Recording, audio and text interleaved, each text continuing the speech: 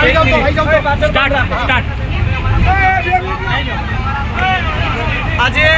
કાયમી શિક્ષકોની ભરતી છેલ્લા 2 વર્ષથી છે અમારી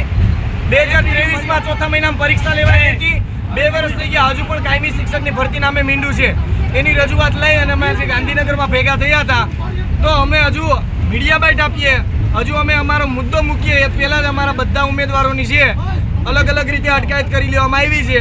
અમારી મુખ્યત્વે 6 માંગ હતી એ માંગ અમે રજૂ કરવા માટે આવ્યા હતા કે ભાઈ 1 થી 8નું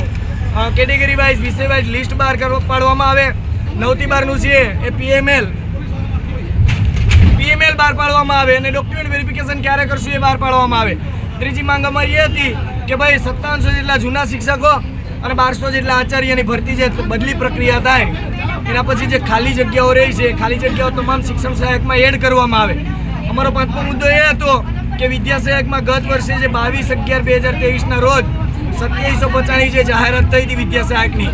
એ સમાવેશ કરવામાં આવે ચાલુ ભરતીમાં 13852માં સમાવેશ કરવામાં આવે 5મી માંગ એ હતી કે ભાઈ